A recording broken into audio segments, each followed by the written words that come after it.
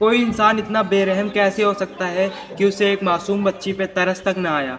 17 नवंबर 2025। महिला, बुजुर्ग, किन्नर सब एक ही आवाज में चिल्ला रहे थे, इसे फांसी दो। उनकी आंखों में गुस्सा था, दर्द था और एक मासूम बच्ची के लिए न्याय की पुकार भी थी। जो इस 3 साल की मासूम बच्ची के साथ हुआ, उसे जानकर आपका भी दिल दहल उठेगा और आप भी यही बोलेंगे कि उस दरिंदे को फांसी दो।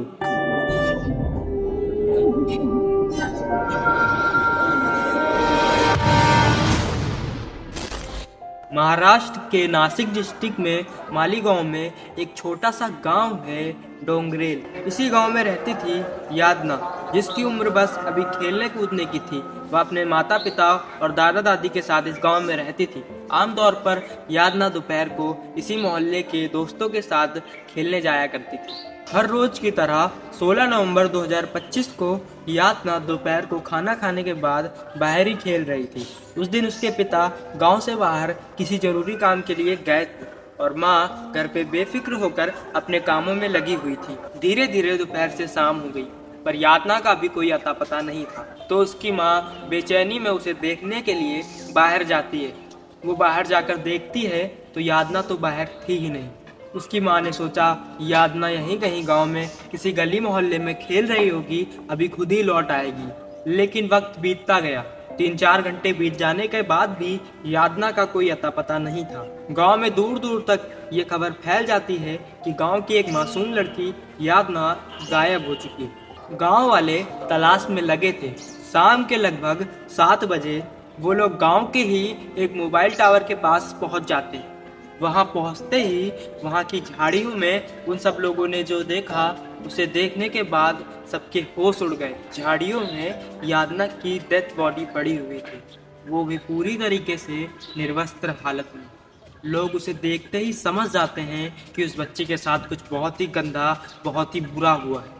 लोग भड़क उठते हैं। सब लोग गुस्से में फूट पड़े और तुरंत ही पुलिस को इन्फॉर्म किया। पुलिस ने घटनास्थल पर पहुंचकर तुरंत सबको अपने कब्जे में लिया, उसे पोस्टमार्टम के लिए भेज दिया और तुरंत ही कड़ी कार्रवाई करनी शुरू कर दी।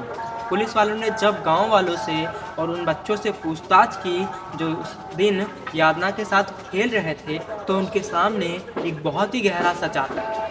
उस दिन दोपहर को ही कुछ गांव वालों ने देखा कि गांव का ही 24 साल का लड़का विजय खैरनार यादना को अपने घर की ओर लेके जा रहा था। ये बात उन बच्चों ने भी बताया कि विजय अंकल यादना को चॉकलेट देंगे बोल के ले जा रहे थे। बस यही सुनकर पुलिस का पूरा शक विजय पे टिक गया और तुरंत उन्होंने विजय की तलाश शुरू कर दी। तब तक विजय अपने घर से फरार हो चुका था, लेकिन पुलिस ने उसी रात विजय को अरेस्ट कर लिया और इन्वेस्टिगेशन की शुरुआत की। पुलिस ने रात भर विजय से सख्ती से पूछताछ की।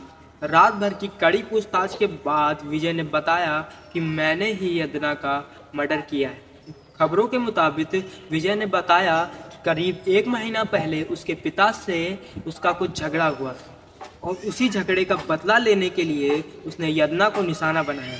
विजय, जो एक टेक्सटाइल फैक्ट्री में मजदूर था, अपनी दादी के साथ उसी गांव में रहता था, लेकिन उस दिन उसकी दादी किसी काम से बाहर गई हुई थी।